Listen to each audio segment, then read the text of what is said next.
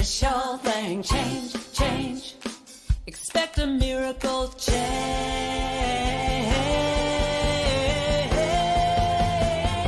Watch me change when you change the way you look at things. The things you look at change. When you change the way you look at things, the things you look at change. When you change the way you look at things, the things you look at change. When you change the way you look at things, the things you look at change. Now do do do do do change. Do do do do do change. Do do do do do change. Do do do do. Good morning, good afternoon, good evening, wherever you're joining us from. My name is Cheryl Rogers, and my And- co-host is Is Marg Dupuis. Mark Dupuis. And we are coming to you from the Waterloo region in Ontario, Canada. So I am going to take a moment just to acknowledge the land that we are on by sharing this land acknowledgement. We work, live, and play on the historical and traditional territory of many First Nations. And as we gather on Turtle Island, we as settlers are grateful for the opportunity to meet here. And we thank all the generations of people who have taken care of this land for thousands of years. This includes the Métis, Inuit, and all other Indigenous peoples. We also acknowledge that as we continue to grow and expand on these lands, there is still unresolved and dangerous inequality and discrimination toward our BIPOC and 2S family. By making these acknowledgements, we strive to be allies and take an active part in reconciliation. We recognize our oneness, we realize our history, we choose to create a new reality, knowing that we are one. Miigwech. Thank you. I'll hand it over to Mark to introduce our wonderful guest today. Thank you, Cheryl, and thank you for acknowledging our land. Today, we have the opportunity to meet Mary Wood. She is an amazing and inspirational lady. I heard Mary speak. She speaks to my heart. She's inspired me. She delivers with humor, calm and engaging. Would you like to join us, Mary? Yes. There she is. Hi there. Wow. Hi, Mary. So I understand that you stuttered from the age of 3 to the age of 50. You were ordained in 2005. You wrote a book, Go Beyond the Fear of Stuttering. And my question to you at this moment is, what motivated you to change? I had stuttered for probably about 50 years. I was working at the Conservation Authority in Dundas. And anyway, my boss, I was working in the marketing department, and my boss asked me if I wanted to go to this conference in Toronto. And it was called Born Rich. And it was organized by Bob Proctor. And anyway, I thought, okay, it's about making more money. I was single at the time, And anyway, I come out of that conference, and with the thousands of words that were spoken, I come out with these words: my mind controls my body. What I think about, I bring about. Never heard those words before, never been tied up with unity or anything else like that. I just knew. And on the way home, I said to my boss, I just looked at her, we were on the 401 and I looked at her and I said, you know what, I don't have to stutter anymore. I didn't know how, I didn't know what was going to happen, but I just knew it. That started me on my journey. And then I decided to join Toastmasters, and I met Richard Mirage, who's now, and he was at Unity in Hamilton. And I spoke first, and anyway, he spoke last. There was 4 of us, and he just blew the place apart. He's an awesome speaker. And after that, somebody said to me, I think you should maybe, phone Richard. And at the time, I was just phoning anybody who would talk to me. And anyway, so I called him and he said, oh, sure. Do you want to go for a coffee or a beverage? And anyway, I said, well, let's do the beverage thing. And that's how I got introduced to Unity. So it's amazing as I look back and see how one thing kind of ties in with another. And that was around the age of 50, right? Yeah, 50, 51, 52, someone think around there. Okay. And then you were ordained in? Yeah, and then I just want to share this. And then when I was in Unity, started Unity on December 4th, 1994. And when I was in Unity, I read Myrtle Fillmore's words. You are born whole and perfect children of God. You do not inherit sickness. And my father stuttered, and so I thought it was hereditary. But I just thought, you know what? This is not hereditary after all. And that made a really big difference in my life. So Myrtle, I have a special soft spot in my heart for Myrtle. Yep. Yeah, that's beautiful. And as we know, Myrtle Fillmore cured herself of tuberculosis, which she was also told was hereditary. But then when she believed exactly what you said, that she was a child of God and did not inherit sickness, she worked using that affirmation and talking to her cells to heal herself, which she did. And she lived a long, productive, good life. Yeah. Mm-hmm. Yeah. That's great. And then I started in with an organization in the States, the National Stuttering Association. And I went to a conference in Cleveland in 1994 too.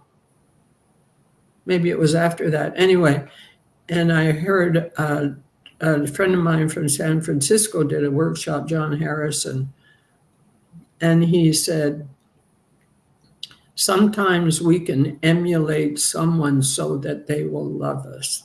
And after the workshop was over, I can remember standing in line, because I wanted to say thank you, and I got up to him and I couldn't even say anything. I just threw my arms around his neck and started to cry.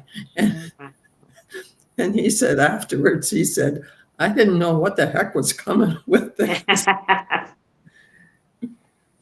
So I said to him, I always thought that I emulated my father. Mm-hmm. And that was another understanding for me. Mm-hmm. And once again, everybody looks at their own situation in an entirely different way. So right. I'm saying this is the only way to do anything. My good Lord, no, it's not. Mm. But I think maybe, we can all find our own way through something. I think what the common thread here is, for me, what I'm hearing, Mary, is that you heard something that really struck a nerve in you. It really felt so real that you were able to shift your perspective. You were able to change your mind about what you were experiencing, which created the change in you, Yeah. right? Yeah. And that's pretty much New Thought. So that's living the New Thought principles. As we think, so we create. Yeah. Yeah. Yeah. And one of the I'm things, smiling. carry on. I'm just saying, I'm smiling because one of my things is the term new thought. When I think of, people that came before us a gazillion years ago speaking this way, I question the term new thought, but that's just me and semantics. And one of the things that I read that you wrote, Mary, was I'm looking for it here, people not liking you and self-acceptance. I think that was a motivation for change. Am I correct in that? Oh, yeah. Excuse me, I think I shared with you before. Then I read a book by Napoleon Hill, and it was called Think and Grow Rich. And once again, I thought it was about money, honey. No. And in there's a chapter where he lists our 7 fears. And the first fear, he said, is the fear of poverty, not having enough. Mm-hmm. The second fear is the fear of rejection, of not being enough. Mm-hmm. And I didn't have to go any farther than that to realize that that was this humongous fear that was in my life. I was what they call the covert stutterer. Mm-hmm. And that is that I hid it. I was so ashamed of it that I hid it. I had hundreds of ways to hide it. I would spend so much energy trying to hide it. And anyway, yeah. Mm. So it's like, what's this all about? Mm-hmm. I have to say I admire you because what you read, you really took so seriously that you embodied it to make that change. Like, I often think to myself, I know these things intellectually, right? I believe them, and yet I'm not living them. And so why is that? So when I hear you say that, and you got to a sentence that made such a profound difference in your life, it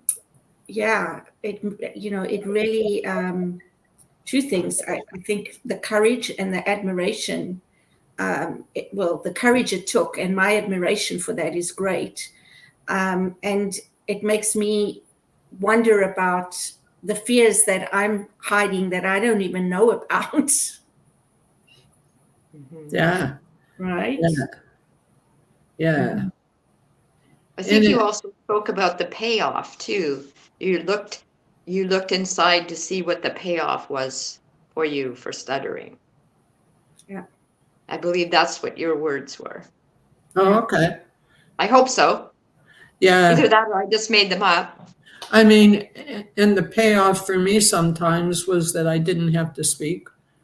That somebody else was doing the speaking for me. Mm-hmm. Yeah. I don't know if that's what you mean by that or that's what I wrote in the book. Yeah, I remember you saying that somewhere underlying whatever the issue is, there is a payoff. We don't think there is, but if we go deeper into looking at what it is about, there somehow is, and like you say, it very possibly that you don't have to speak, that you'll just be quiet, be silent. But something else we spoke about as well is when we were talking about the title of the book before we came on, is Beyond the Fear. It's called Beyond the Fear of Stuttering, but it can be beyond the fear of anything, right? Yeah. We spoke about how we don't think people will like us if we stutter. And then, expanded that, well, people might not like us if I'm fat, or if I'm too thin, or if I have skewed teeth, whatever the case may be, is we tell the story to ourselves, and it just becomes something that we ultimately need to overcome. I mean, or not. Yeah, there's such, and there's such fear around this, even this, this one thing, is somebody else going to love and accept me just as I am. Yeah. So much of this is tied into how we dress, what we say, Mm-hmm. sometimes even, like the kind of job we end up having. Mm-hmm. It just really, and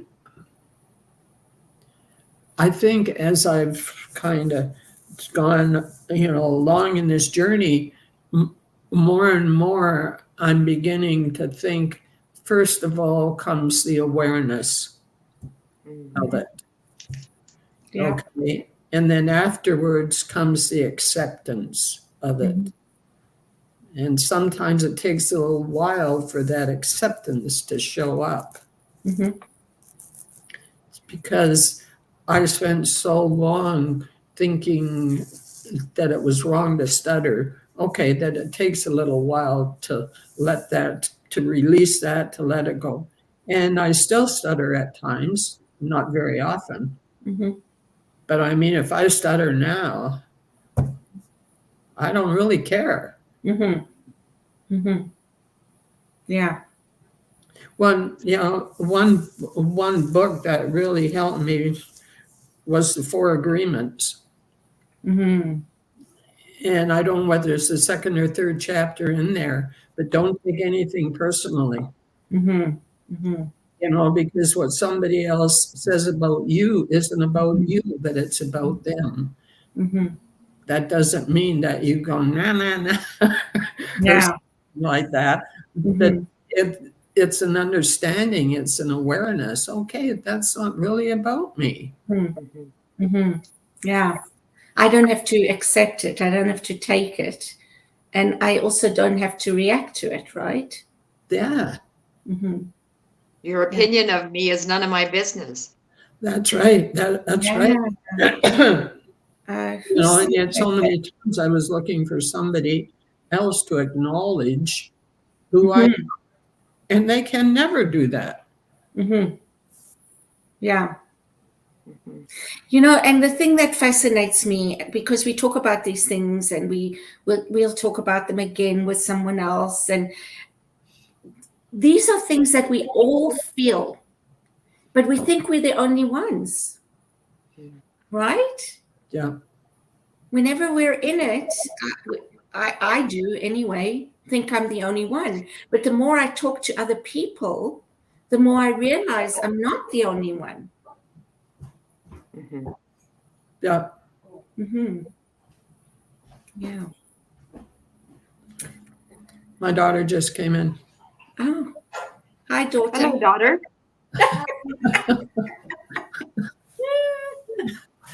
Anyway, So, yeah. what inspired you to write the book?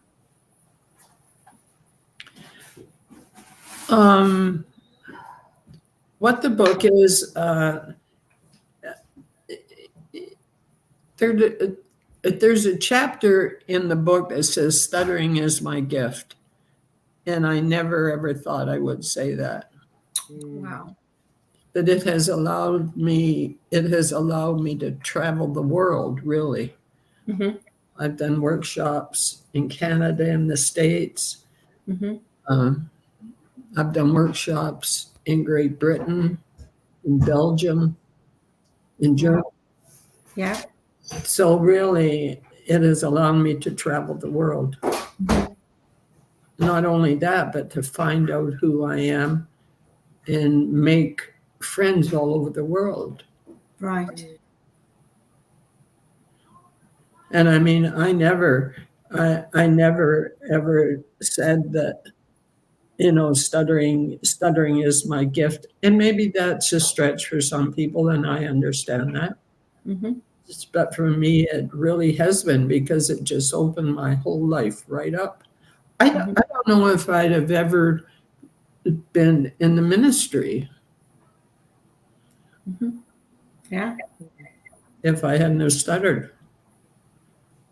Yeah. And so you wanted to share that journey Yeah. with people so that they might be able to hear it and hear it in the way that you heard other things that helped you move past stuttering. So many times we listen to what somebody else says, who we should be, what we should be doing, Mm-hmm. or whatever else like that. And so it's easy sometimes to think that they know. Here we go back to the same thing, but it's easy to think, well, they know more about me than I know about me. Mm, Mm-hmm. Mm-hmm. well said. Mm-hmm. Yeah. When you were speaking about the gift of stuttering, paraphrasing here, it reminds me of our spirit group and a recent TED Talk that we watched. And I'm afraid I don't know the person who spoke, but she was a double amputee as an infant. Both of her legs were amputated below the knee. And she said when she was a teen, if the question was posed to her, do you see the gift in this? I'm going to say disability because I can't think of another term. Mhm. She would have said absolutely no. But now I'm guessing she's in her 30s or 40s and she sees it as an absolute gift, and what it has brought to her life, the strength that she has gleaned, what she's overcome, what she is challenged to do, and she's a motivational speaker. Mm-hmm. Yeah. The gifts of adversity. Yeah, absolutely. Yeah. Wow. Do you still speak at Unity Centers, Mary? Yeah, I'm speaking in London, Mm-hmm. actually in person. Great. Yeah, not this Sunday, the Sunday afterwards. And I still speak for Halton, the church I left. So I still speak. And then when I'm in the States, I speak at UVC, at Unity Village Chapel. And Unity then in Lawrence, but I also spoke at Centers for Spiritual Living. Mm-hmm. Mm-hmm. That's great. So, Do you have a favorite topic? no, I just got, and thank you, God, I've got lots of, lessons or the workshops that I've done before. So I usually, pull out one of those and make changes and whatever like that. Mm-hmm. But then I also did 3 workshops at UVC, Unity Village Chapel, and now they want some more. So I'm not sure if I'm going to do more workshops in the new year online. Mm-hmm. Great. You're a busy lady. Yeah. So. Very busy. Yeah. Well, that's what I was saying. I just, I'm always looking for things, volunteer things to do. Mm-hmm.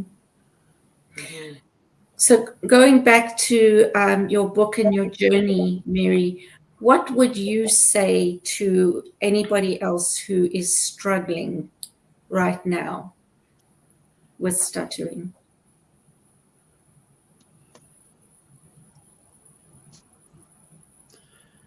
There are, right now I'm on a website called World Stuttering Network.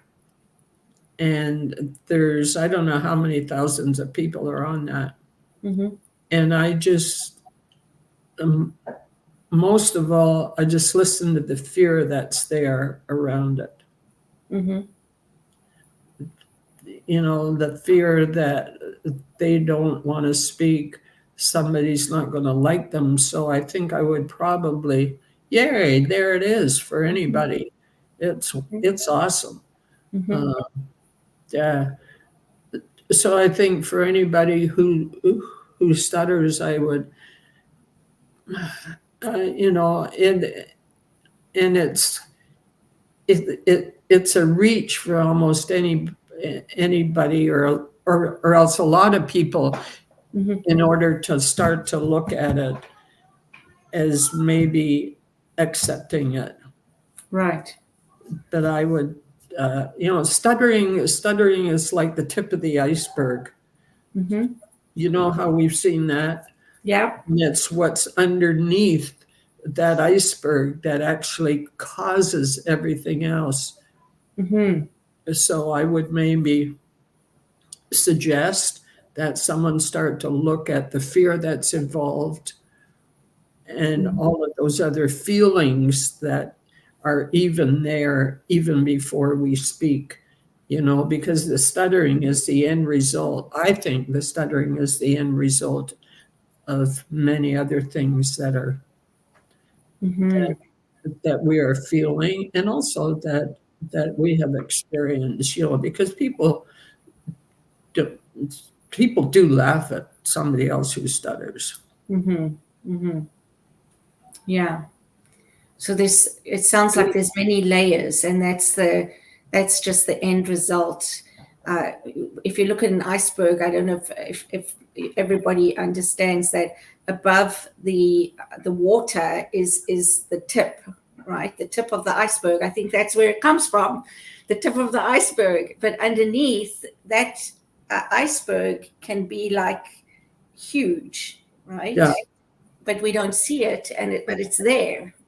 And so a lot of what you're saying is that there's things behind it that we don't see that are there. And the stuttering, the words that come out are just that tip of the iceberg. When I worked at the Conservation Authority too, and I was just, you know, starting to get into this. And anyway, I was talking to the general manager's secretary, and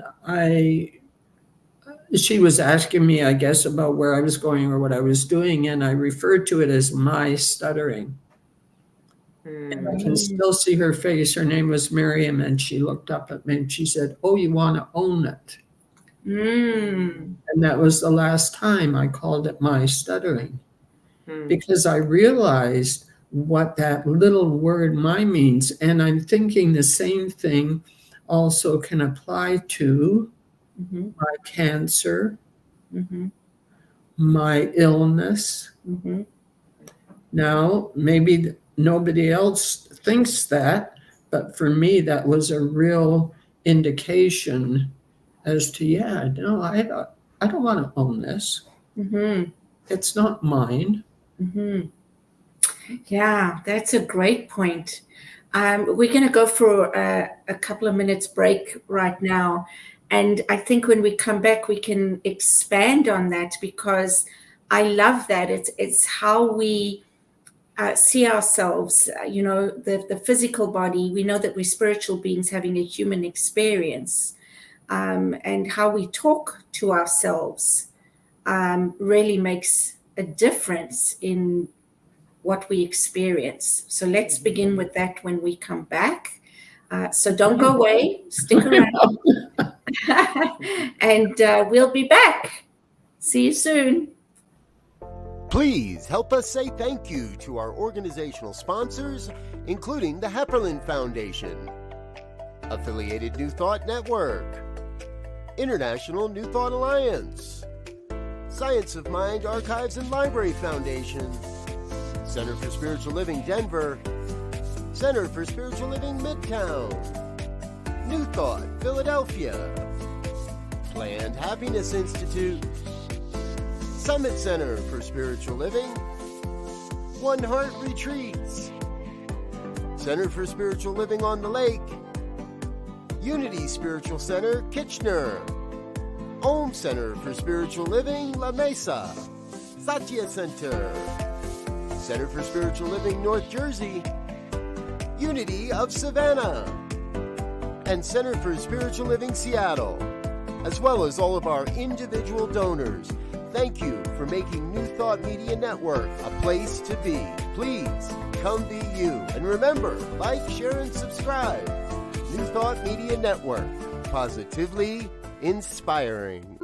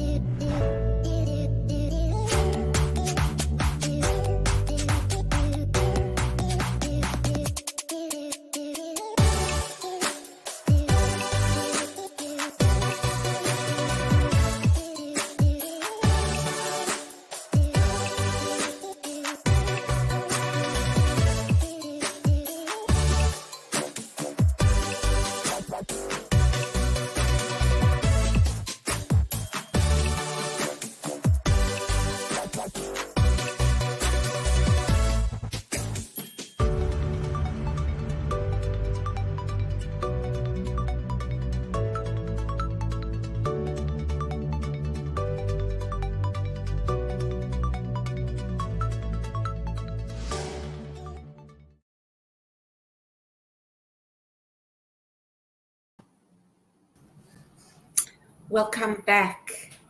So Wow. before we go into that conversation, Mary, I want people to know how amazing you are.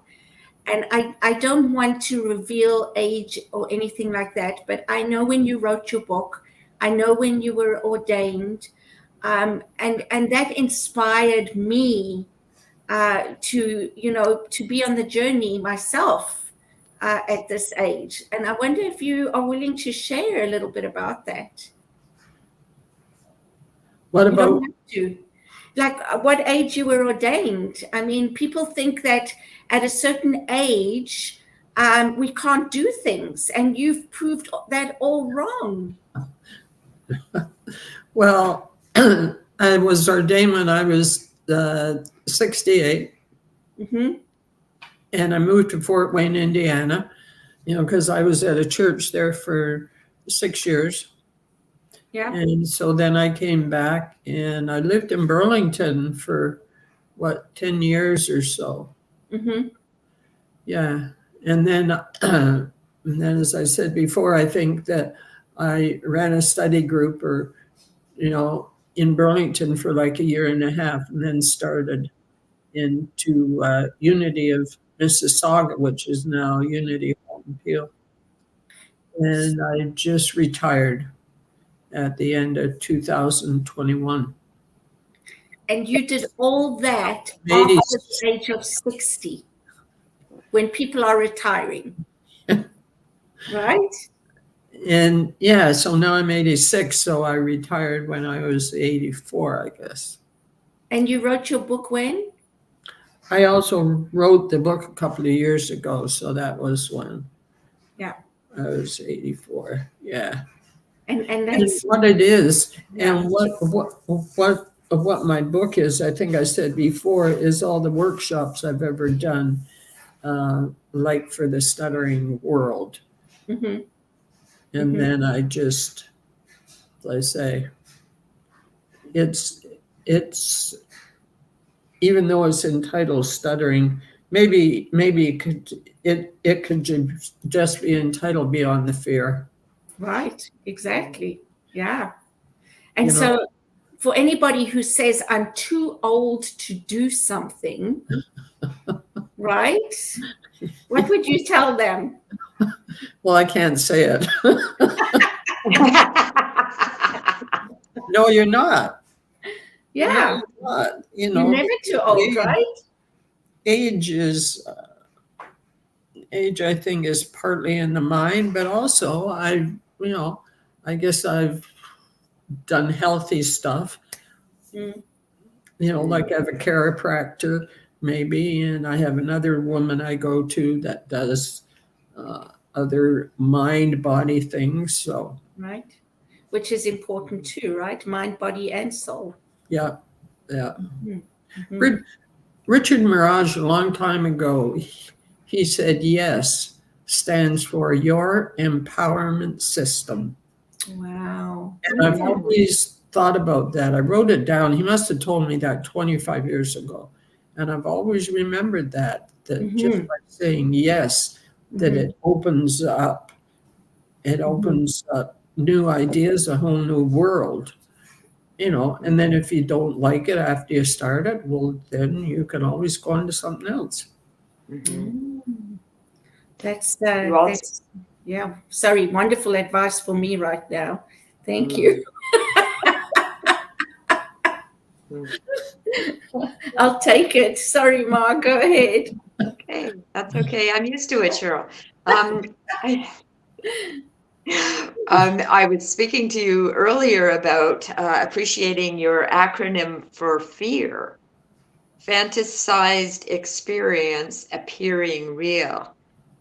And as I mentioned before too, the word fantasized really hit home, because if I say something is a fantasy, it shows how my thoughts can be huge. Because when I think fantasy, it's like big. And so if I'm thinking something, it's going to have a negative outcome. Boy, can I make that huge in my fantasy world. Mhm. Mhm. Yeah. So thank you for that new acronym. Hey, And not only is it huge, it's made up, right? It's a fantasy. It's made up, and we blow it out of proportion. Mhm. We certainly can. What were you going to say, Mary? fear is an interesting thing, you know, because sometimes it's good to have fear, but that's only about 1% of the time, you know, and the rest of the time we just pull up stories that we've believed before and we hang on to them for some reason, maybe because they're serving us in some way. And after a while, we don't even realize that it's a story anymore. We think that has actually happened to us. Yeah, Mhm. that's know. real. Absolutely. Yeah, isn't the mind and the most amazing thing, right? The subconscious and the conscious, and you're right. Some people can tell themselves something, and it's not real, but they've come to believe it because they tell the story so many times. Mhm. I think of certain politicians, but we won't go there.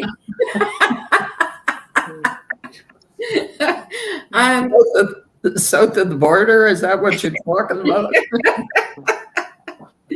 Oh my goodness. That for me again, I mean, we get so stuck in a pattern. It's almost like a tape that we just replay, right? Over and over and over again. And if we want to create change, we have to interrupt that. We have to cut that off and actually put something else in its place. Mhm. So And stop having faith in the wrong thing. Yeah, it's very interesting because what you're talking about, I just watched, and I haven't finished the series by Joe Dispenza called Rewired. And he talks about the brain and how it's wired from when we are children, right? Which is exactly what we're talking about. And how it's sort of almost ingrained in us, and we have to rewire. We have to change those synopsis. What's the word? Where everything runs along. We have to change those connections and have them go in a different direction in order to really change the reality. Right? And I think from what you're saying is you did that by really, I'm going to say the word again, embodying something that you read or you heard that was so powerful in you that it changed, it rewired your brain. I woke up one morning, I can remember, I woke up one morning thinking if I change one little letter in the word change, I get the word chance. And that's what change is for me. It's a chance to grow. It's a chance to look at things, but it's a chance. And so many people don't like the word change, because it means change. Yeah. And yet, even if you change that and say, well, it's a chance, and it is. Such wisdom. It's an opportunity, really. Yeah. Beautiful. Beautiful. We sort of just poke a little something at you, and all this wisdom comes out. Sparks a thought in your mind to share with us. So I'm so grateful for that. Mary, before we came on, you were speaking of, this is a different vein, sort of. You were speaking of passion for service, for helping others. You mentioned Out of the Cold as one of the organizations that you help with or you are inspired by. Speaking of change, do you think that when we help others out there in the world that we can make a change? Mm-hmm. I mean, that might be a broad question. Perhaps you can narrow in, if you can get into my brain and see where I'm coming from there.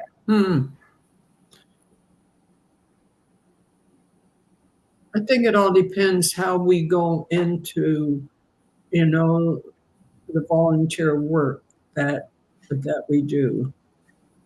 If we go into it for us, so we're going to feel better about helping, even though it does help. I think something inside of us isn't fed the same way as if we know that this is ours to do. And I watched my mother, God bless her soul, and she was always serving in the community. Served at church, she served in the hospital. So I had a really good role model, and I didn't realize it at the time. I've also served in the prison system for about 25 years. Yeah. So it's like, okay, I think that's what we're here for. I really do. When I was in school, we were almost finished, and I can remember we were standing in the Fillmore Chapel. I don't know if you've ever been in the Fillmore Chapel, but anyway, we were standing there up on stage, and everybody was kind of going around in the circle there saying, what is your goal? And I just said, mine is to love and to serve. That's very easy to remember. It's very basic, and yet I think that's important. And I think it is important to reach out and to serve in the community. Yeah. And I think we all have that. Question, Margaret, if I got. Yep. Yeah, I think we all have that opportunity in many different ways. And I guess where I was going is there's a story about a young boy, and I may not get this accurate, but he's on a beach and he's throwing starfish back in Oh, the yeah. ocean. And somebody comes along and says to him, "Why are you doing that?" And he says, "Well, I'm trying to help them live." And he Mhm. said, "Well, there's thousands on the beach. Like, you're not going to make a difference." And throws one in, and he says, "Well, it makes a difference to this one." And so my point was, and I think you and I were talking about this earlier, is that we Mm. can all make a difference. You don't have to be a minister or a politician or whatever. We all have the opportunity to do some small act of kindness Yeah, to change the world, I believe. Yeah. Mhm. Beautiful. yeah, yeah. I do too. Mhm. I do too. Yeah.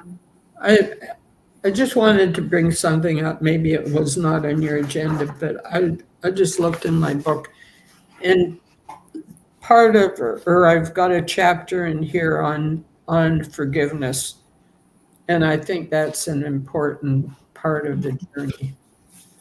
Uh, Mhm. Forgiving others who make fun of you, Mhm. um, forgiving yourself for Mhm. not being this, this perfect speaker that I thought I had to be. So I think that has been important part of the journey also. Mhm. And I read the books, Jerry Jampolsky. I don't know if you've ever read Mhm. anything by him, but anyway, his book Forgiveness, the Greatest Healer of All. Mhm. And I know that it has healed, certain things in my life around that.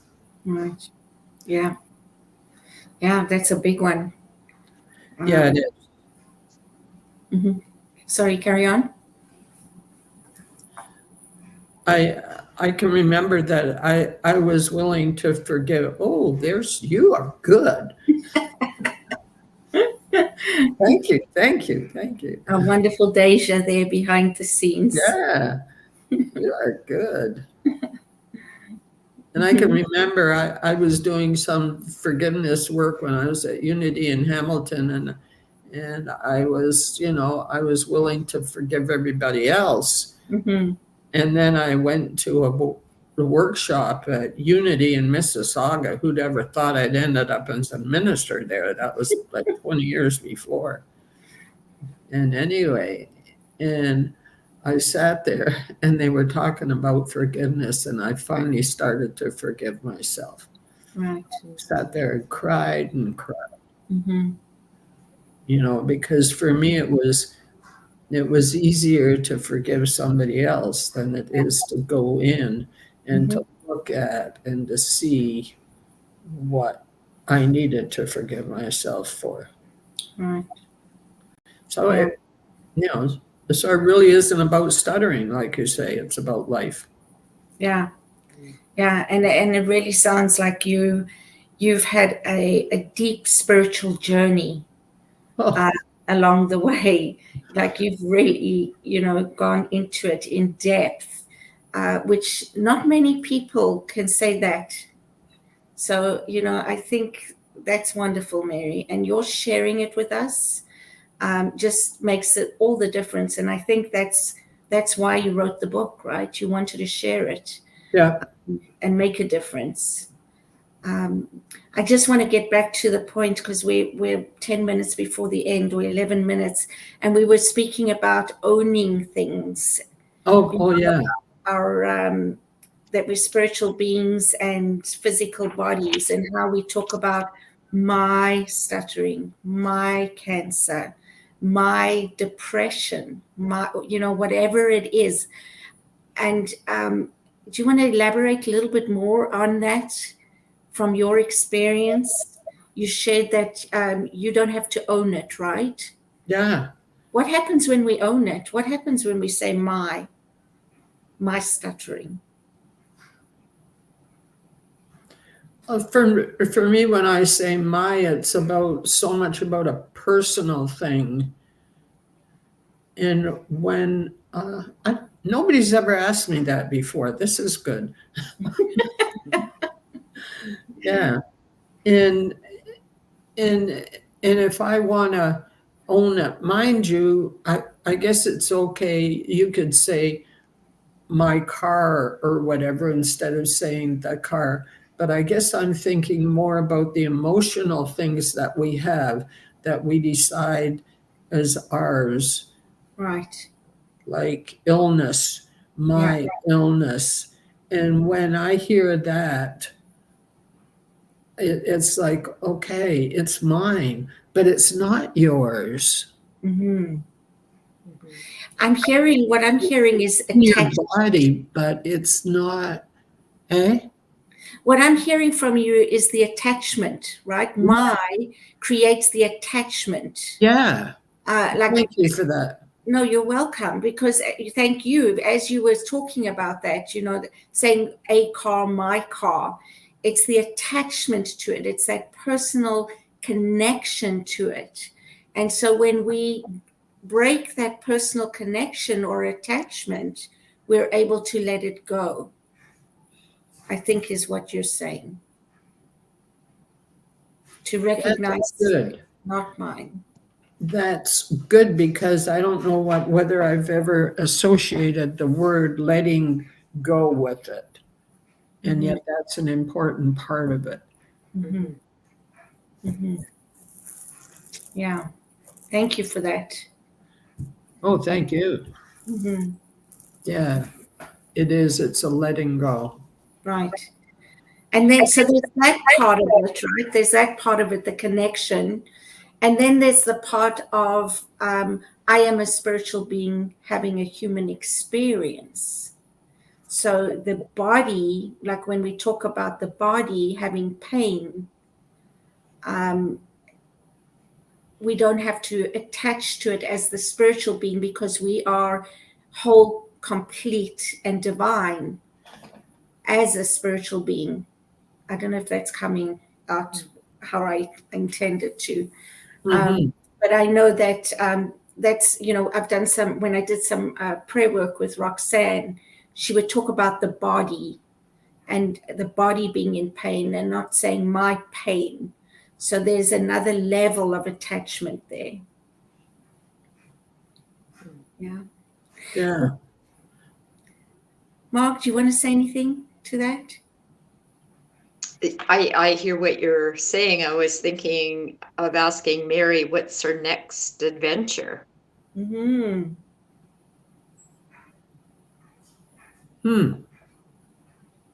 I don't know. I know that I think I'm going back to the States, but my next adventure, my next opportunity, I guess. And I'm really looking at how I can serve more in the community. That's some wonderful, the people around the corner from where I live at the Presbyterian Church, and we go in every Wednesday and, pack food for the homeless or whatever. So I'm just open these days, and I just, I can remember standing, and this is a good thing for me to remember, but I can remember standing somewhere and just holding my arms open and saying, how can I serve? I think I was reading, anyway, his name will come after I get off this. I know it came. Oh, good. It was Wayne Dyer's book. And anyway, there was a chapter in there about gratitude. And that's what he said. He said, just hold your arms out and say, how can I serve? How can I serve? Mhm. How can I serve? Beautiful. And I think in the serving is so many times in the serving is where I learn my lessons, Mm. if Mhm. I'm willing. Mhm. Yeah, that can be a whole nother conversation, right? Yes. Willingness. Am I willing? Mm. Yeah. You Yeah, and certainly in what have served way? us today. Sorry, Marg? Yeah, I said Mary certainly has served us today. Oh, yes, absolutely. Absolutely. So, Well, Mary, it has been my joy. oh, well, it's Been my joy to hang out with you guys there. Holy shit, that's good. Oh, how may I serve? How may I serve? And you live a life of constancy, reflecting that principle. The universe will respond back. And how may I serve you? wow. That's very powerful. Wow, that's a keeper. Absolutely. My goodness.